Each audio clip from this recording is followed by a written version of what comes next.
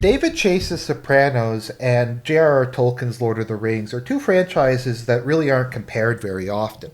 That being said, they are technically both mob stories. After all, at the end of Return of the King, Saruman sets himself up as a mob boss in the Shire and even gets a mob nickname in the form of Sharky. Beyond that, though, there is a certain thematic similarity that I notice constantly as I'm watching The Sopranos. And this is something that I think is very important, as my friend Torellian told me, in understanding Tolkien's work. And that is that evil is ultimately pathetic. It's ultimately very petty. It's not cool, it's not glamorous, it's not some like magnificent thing. Most people who are evil, most villains are not like Bond supervillains who are really charismatic and sleek and geniuses and have these big master plans. Most of them are just basically losers who are just lashing out at a world that they feel owes them something. Their motivations aren't that they want to remake the world, that they want to prove something to themselves, that they have some sense of honor. Most of them aren't anti heroes or anti villains or anything cool like that.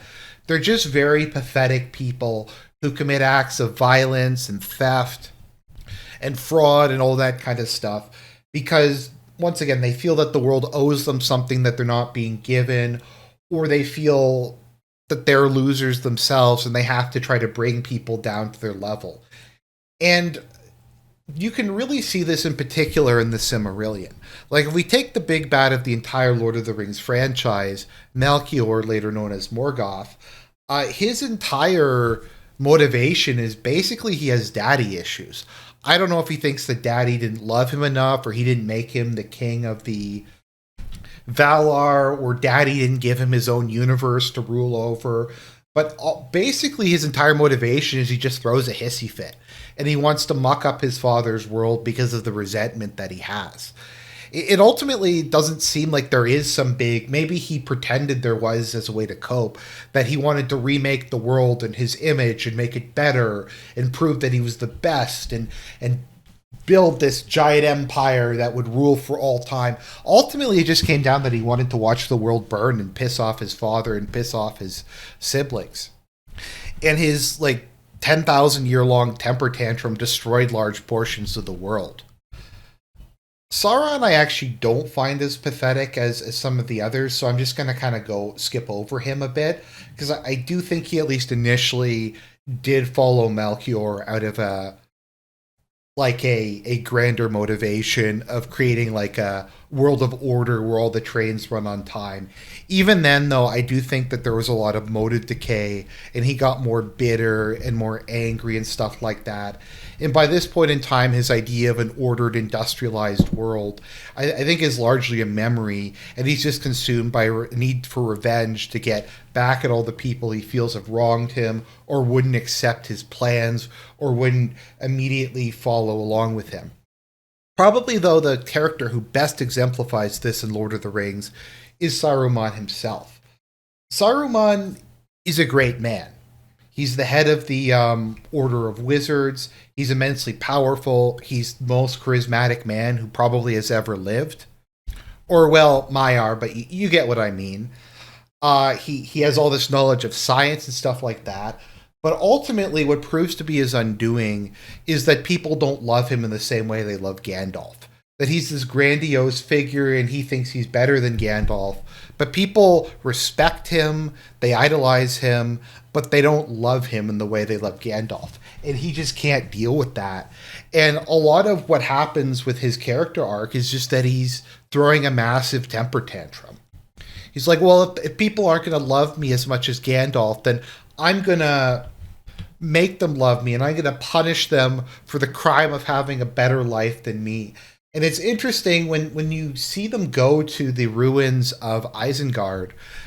He has like all this pipe weed, which I assume is tobacco, and he started smoking it to be like Gandalf. So Saruman literally started smoking in order to be more like the cool kids. And then after his like big plan that made no sense fails, he's just like, you know what? I'm just going to go to the Shire and try to destroy it and run my stupid criminal enterprise as a way of getting back. It's all very pathetic. Creature that was birthed with the beginning of the universe. For a demigod, for an angel to be reduced to that is really sad and really lame. But that's what evil is. And even beyond that in Lord of the Rings, if you look at the foot soldiers in the army of evil, they're the orcs. The orcs are these pathetic, weak, sniveling, cowardly creatures who can't even look at the sun. And that's who Saruman has to work with. And Sauron and all the other various villains, they're stuck with these guys. So, what does this have to do with The Sopranos now that we're 5 minutes in? I think the portrayal of evil in The Sopranos is very similar in a lot of regards. It at least does embody this theme that evil isn't cool. Evil isn't like flashy. It isn't something to admire. It's ultimately really petty and pathetic. Something I found throughout the show, when you look at the characters in The Sopranos, more so than them reminding you of Tony Montana or The Godfather or all these other mob movies or Bond villains or all these kind of Hollywood films that have some big supervillain in them, they remind me of just bums fighting for change in like a in the gutters. Most of them are super lame. They're poorly educated. They aren't very smart. They don't actually make that much money. Most of them seem like they're almost constantly on the verge of being broke. They can get whacked at any time over anything. If you go through this series, most of the time people get killed is just somebody freaks out and just shoots somebody or starts beating someone up or there's some perceived slight or something like that. And that's the lifestyle that they lead. And I think more so than there's the expression the banality of evil. And I think more so than just about anything else, The Sopranos really shows that. I think it really does display kind of what the average life of a criminal is. It is just really boring, really depressing. And for the vast majority of the people, there isn't even really that much benefit to it. As I'm watching the show, what keeps sticking out in my mind is these guys all seem like they make basically a lower middle class or even working class salary off of their activities in the mob. Sure, Tony's doing okay, but even relative to the amount of money he makes, his lifestyle is not super extravagant, in my opinion at least, for a guy who probably makes like $10 million dollars a year. He definitely has a nice house, but it's not a giant mansion. And while he talks all this time about having stashes and money in overseas accounts, if you start like adding up how many people's medical bills, how much money he just gives to random people, the presents he buys Carmela, you gotta imagine he's burning through a lot of the money he makes. Like he probably makes $10 million dollars a year, but he probably blows through $8 million dollars of that on expenses. Like it seems literally every other episode he's having to pay for someone's medical bills or money to settle some sort of beef and stuff like that. And he's the boss. He's the guy who makes the most of the money in the family, and he's the guy who doesn't technically have to kick it up. If you look at the captains, most of them are pretty not very well off either. Like most of them live in pretty crappy homes. Paulie, I think, lives in a small home. Dante lives in like an okay home. Junior lives in kind of a rundown house that's in dire need of renovations. If you start going through the conditions that most of the mobsters live in, at best they can hope for is a middle class suburban home. And not even a particularly nice one. Like if you see the insides of their houses, a lot of the time it's kind of like I said, dreary, run down. Stuff looks old, and they're constantly on the verge of bankruptcy. I mean, you can see this a lot with Christopher when he becomes a soldier and Paulie demands extra money from him and he just doesn't have the cash to even pay for it. And this seems to be a running theme where week to week, if they don't make their collections, if they don't get their money, they have no cash reserve and they're going to get beat up or whacked or something like that. And whatever their actual take home pay is, doesn't really seem to afford much of a real lifestyle. Now, granted, a lot of that comes from the fact that the money they do make is not legal cash. So they have a lot of liquid assets, but they can't really use it on things like houses or more normal stuff. So instead, they kind of make all this money and then they just blow it on alcohol, on food, on jewelry, on cars, on stuff like that. But when it comes once again to real world expenses, a lot of them struggle to put their kids through school. Despite all the criminal enterprises they're running, they can't afford to do that. A lot of the time, they can't afford medical bills. They can't afford nursing care or anything like that. And if you really start to think about it and add the money up, probably a lot of these guys that their take home pay at the end of the day is less than what they would make at a normal middle class job for a lot less stress and a lot less chance of getting killed at any particular point in time or having someone come along and just grabbing whatever cash that you have. And their income streams are anything but stable.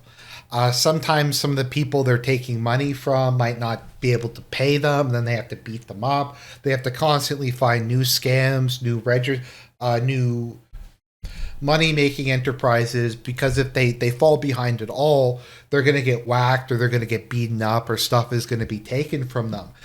I mean, you think that the government is bad. The amount of taxes that they take in the mafia in this show far eclipses anything that the government does outside of communist countries. So the point is, they might have a couple extra toys, they might have nice cars, some nice watches, they might eat at fancy restaurants. But beyond that, their lifestyles are very modest, if not almost working class subsistence levels.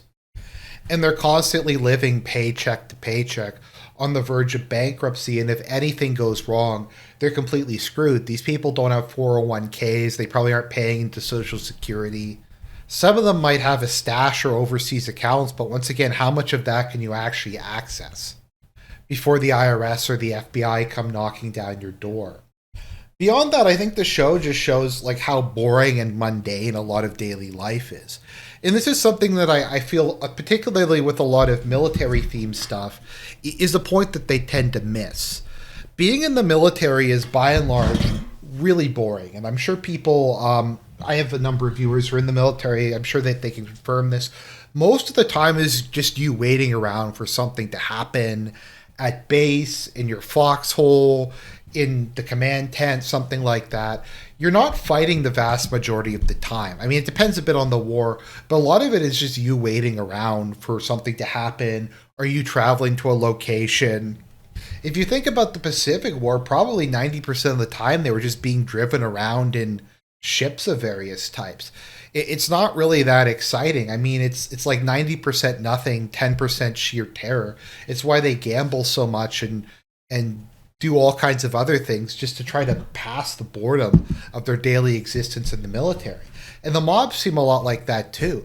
Like in this show, if you take out all the scenes of them sitting around eating, going to funerals, and visiting people in the hospital, that's like 80% of their day. And, well, outside of work, I mean. Their actual work is them driving around, collecting envelopes from people like a delivery boy or something like that, and then driving back and giving them to Tony. Like, that's most of their daily basis, is just them driving around New Jersey, picking up money for people. Or even if they're doing a scheme like one of Christopher's cigarette scams, it's them having to drive the truck all the way from Florida up to New Jersey or wherever. Now, that's a lot of that is just very boring. It's very mundane. Most of the time, they're serving as a driver or a mail worker or a truck driver or something like that, rather than doing any kind of grandiose hits or whacking or other kinds of scams. But like I said, it very much reminds me of a bunch of bums fighting in the gutters over some change. I think that the moment in the show that most did that home to me was when Feach and Polly are beefing over the guy who cuts grass and trims hedges in the neighborhood. And it just seems like such a pathetic thing to be fighting over. And it's not even necessarily about the money. It's like a pride thing. Like, oh, this is my neighborhood. This is your neighborhood. And this area isn't big enough for the two of us.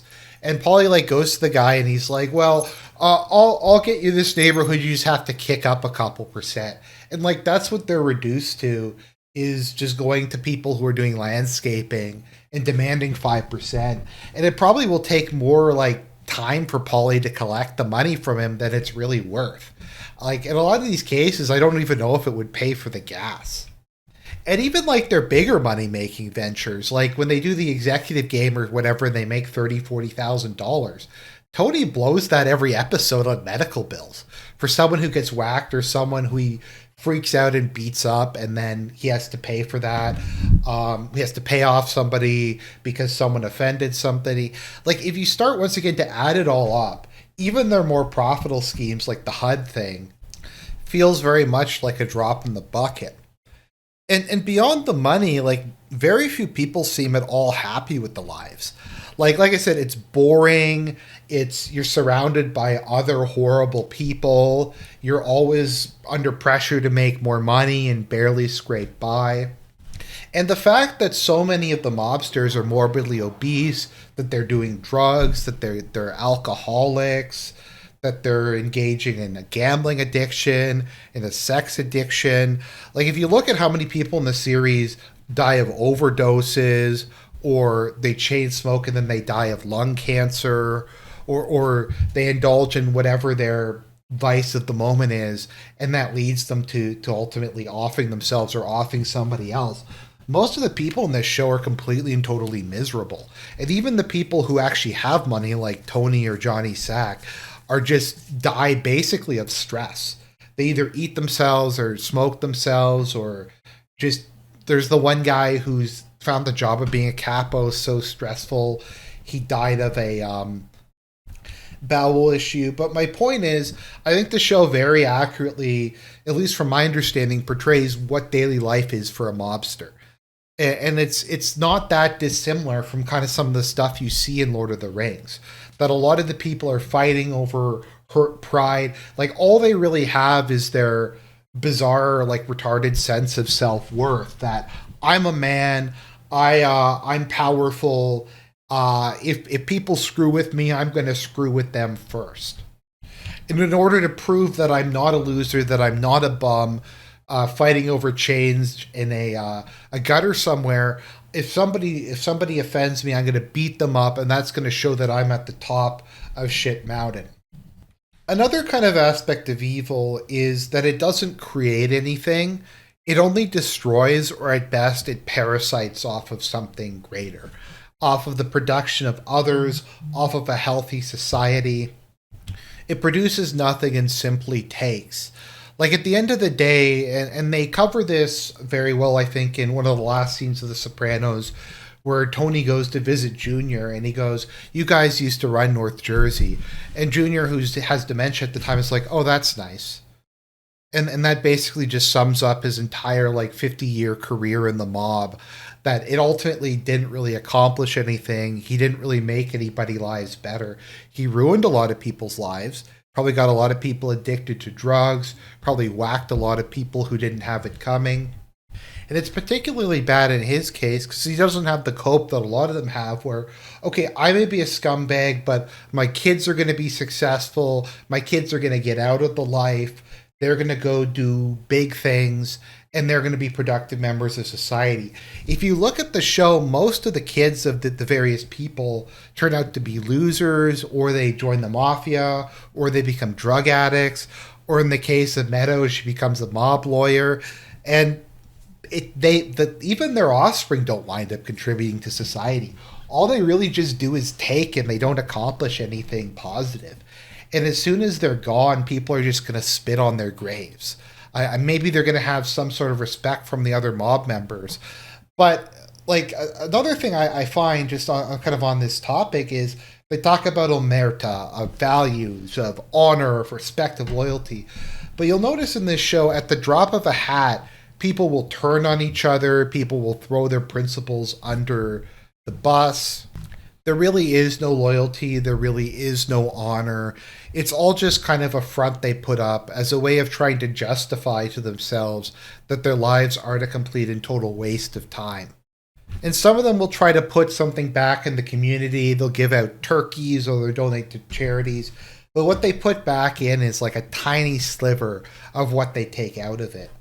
And in the book, The Five Families, the author really tries hard to put this forward, where he tries to talk about, like, all the shitty building projects the mob does in New York. I think in one case, like, there was a school they built that got flooded with raw sewage. Just all the price hikes that they pass on to the end user, the people whose lives they ruin. They are very much a parasitical class. They aren't captains of industry. They aren't guys like that. At one point, Tony tries to justify by saying, oh, well, J.P. Morgan and Carnegie and Vanderbilt and all these guys, they raped the country. And to a certain extent, that might be true. They might have been greedy people, but they also built stuff. Vanderbilt built the international steamship industry. He built railroads all over the country. J.P. Morgan revolutionized finance. Carnegie revolutionized the steel industry. Rockefeller built the largest, probably the largest company the world's ever seen. They did a lot of bad stuff, but they also did a lot of good stuff and admirable stuff and productive stuff that did change society in some ways that were both good and bad. Tony and fellows, their entire existence on this earth is a net negative. And all their alcohol, their whoring, their drugs, their gambling is just an attempt to try to cope with that fact. And so ultimately, I think both stories, in their own way, present this idea that evil is pathetic. That sure, you'll have some cool supervillains, you'll have some people who do initially have somewhat understandable motives, but it generally just decays into pettiness and them being losers. Like, do you want to be like Polly? Really? Do you want to be like Polly? Do you want to be like Phil? Do you want to be like Christopher? No, I don't think most people envy any of those guys. And they're ranking officers in the mafia. So it makes you realize how bad it must be to be a soldier or even an associate. So that's the video. I hope you found it interesting. More exciting content to come. God bless everybody, and I'll talk to you all real soon.